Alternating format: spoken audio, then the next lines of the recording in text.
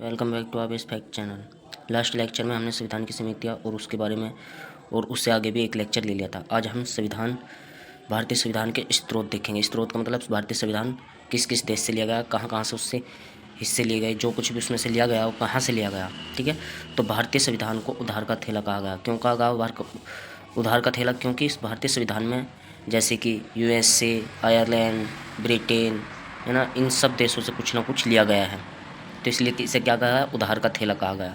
संविधान को मौलिक संदर्भ में किसी को भी कोई विशेष अधिकार नहीं है। जो संविधान के मौलिक संदर्भ में किसी को भी विशेष अधिकार नहीं है। भारतीय संविधान, यहाँ पे देखो, भारतीय संविधान को वकीलों का स्वर्ग कहा गया। क्यों कहा गया? क्योंकि इसमें जो संविधान में है जटिल भाषा है। कैसी है? जटिल।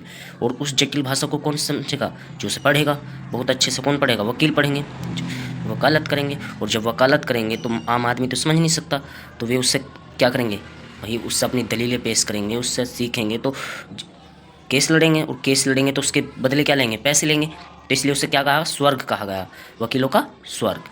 किसने कहा? ये जो कहा डॉक्टर अंबेडकर ने कहा, डॉक्टर भीमराव अंबेडकर ने। ठीक है, अब आगे देखते हैं सोर्स, स्रोत।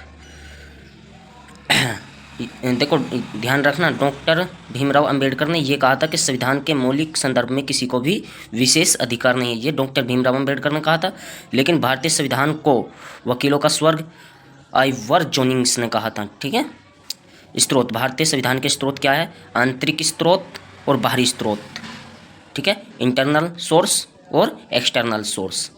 यानी कि जो इंटरनल सोर्स है, आंतरिक स्रोत है, जो भारत के अंदर से लिए गए, भारत से लिए गए। जब गवर्नमेंट ऑफ इंडिया एक्ट आया था, यानी कि भारत सरकार अधिनियम आया था, भारत सरकार अधिनियम, उसमें से वो कब आया था? एक्ट 1935। तो उसके आधार पर संविधान चला, जब तक संविधान हमारा बनकर नहीं तैयार हुआ। और ज़्यादातर हिस्सा जो लिया गया वो किससे लिया गया? भारत सरकार अधिनियम एक्ट 1935 के से। और बाहरी स्रोत जो बाहरी देशों से लिए गए, मैंने बताया अभी, जैसे अमेरिका से लिया, या आयरलैंड से लिया, या UK से लिया, और अदर देशों से जिससे लिया, उसे क्या कहा गया? बाहरी स्रोत।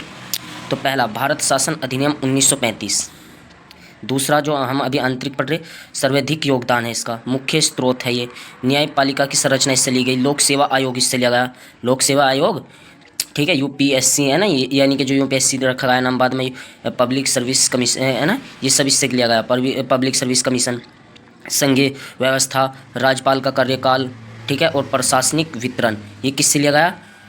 भारत सरकार अधिनियम, भारत शासन अधिनियम 1935 से। यानी कि अब आ जाओ ब्रिटेन। मैंने बताया है ना, मिनिस्टर प्रणाली, जो संसदीय प्रणाली ली गई, संसदीय प्रणाली जो ली गई, पार्लियामेंट्री डेमोक्रेसी, वो कहाँ से ली गई?